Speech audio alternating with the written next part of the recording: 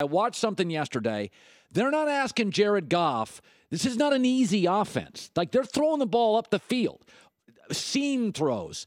I don't know. I look at the Rams, Bucky, and this feels real to me. Oh, it's for real. They're a legit team, and the defense is beginning to catch up to the offense. The offense has certainly been carrying the water the early part of the season.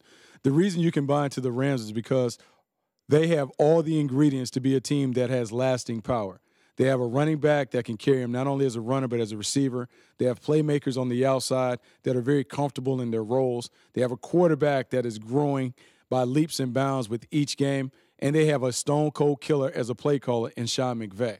What he is able to do is he's able to set opponents up, and then once he gets them in the trap, he's able to close the door on them.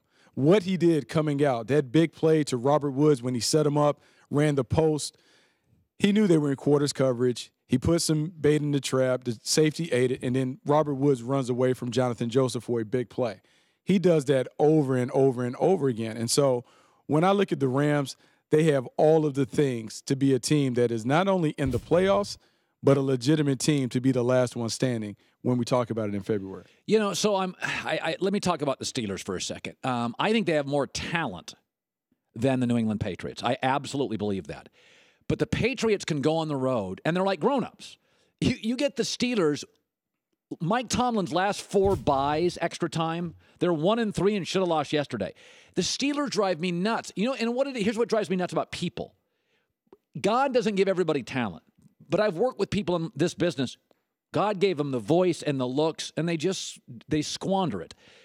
What do you make of the Steelers? They drive me nuts. You know, I love Mike Tomlin, and I like what the Steelers potentially have. I think the difference between the Steelers and the Patriots are a very mature, business-like squad. When you look at their team, they don't have a lot of emotional players. You don't see a lot of emotional outbursts from their players on the field. Their coach isn't an overly emotional guy. They just kind of take care of business. They punch the clock. They go to work. And what you get from them is the same performance week in, week out. Yeah, they travel well. With Pittsburgh, I love Mike Tomlin. Mike Tomlin, to me, is one of the best coaches in the league, but he's a little more emotional in terms of he leans on motivation. He has some very good tactical things that they do, but his team are full of emotional players. Antonio Brown's emotional. Lev Bell is emotional. We've seen Martavis Bryant speak out. What they have on the defense side of the ball, they have emotional players. So what you get is when they play great teams, they're fired up and they're ready to go. And it looks like the Steelers that you want to see. Or they play their rivals like the Ravens or the Bengals. They always rise. You can get an A+ effort. Yes. It's a big-time game. But when they have to play those teams that they should walk in the stadium and absolutely put their foot on their neck and kill them, they don't. And I think when you're emotional like that, you get up for big games, you don't get up for the little games. That is the difference between the Patriots and the Steelers. They don't necessarily have the emotional maturity to just take care of business and knock people out like they should. I want you to look at the draft board. Sam put this up. So the New York Giants, a team I thought was talented enough to 3, 4, 5 wins. You start looking at the New York Giants schedule, there are not a lot of wins on that schedule. They not only have a tough schedule, the Giants do, but they play teams that will be in playoff consideration. Dallas, Washington, Philadelphia. So right now, Cleveland number 1 pick, Niners 2, Giants. Now remember, Niners just beat the Giants, so eventually when they play that extra game, they had a bye, they'll have the number 2 pick. And I'm going to segue into this. Sam Darnold, is he good enough to play in the NFL? Oh, he's absolutely good enough to play Today. in the NFL. Oh, I think so. I think he can play. I think we've seen the way that teams are doing things with their young quarterbacks. He absolutely can get on the field, and the right coach can have success with Sam Darnold as a quarterback for sure. But Andrew Luck was good enough too.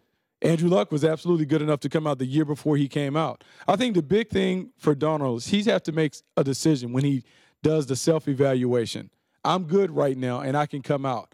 But how much better could I be if I took another year, another 12 or 13 games on the collegiate level to really work on my footwork, my fundamentals, work on my leadership skills, work on understanding how to master the management part of the game? He has to do that assessment. He has to understand his family situation and dynamic. Does he really need to come out? Because if he doesn't need to come out and he's saying, I want to be one of the best to ever play at the next level, he could make a decision to come back to SC. He needs to clean some stuff up. Clean up his game, work on the Clay Helton and those guys, have a better crew of wide receivers because those guys are only getting better. Pittman, Tyler Vaughns, he's only going to have a better cast of weapons around him. He could be a better player 365 days from now, goes out and have maybe immediate success in the league as opposed to going out this year and play, but may take a little more time in the league to learn how to play at a championship level. Best team in the league right now in the NFL. You know, it's funny. I'm watching. There are teams like the Chargers and the Redskins. I really like them. I really do. Like, I watched Washington yesterday, and I'm like, they just ran into a better roster. Is it possible New Orleans is laying in the weeds? Yeah, it's possible that they're laying in the weeds. And the reason I think you can begin to buy into the New Orleans Saints, their recipe for success travels. It works in any weather.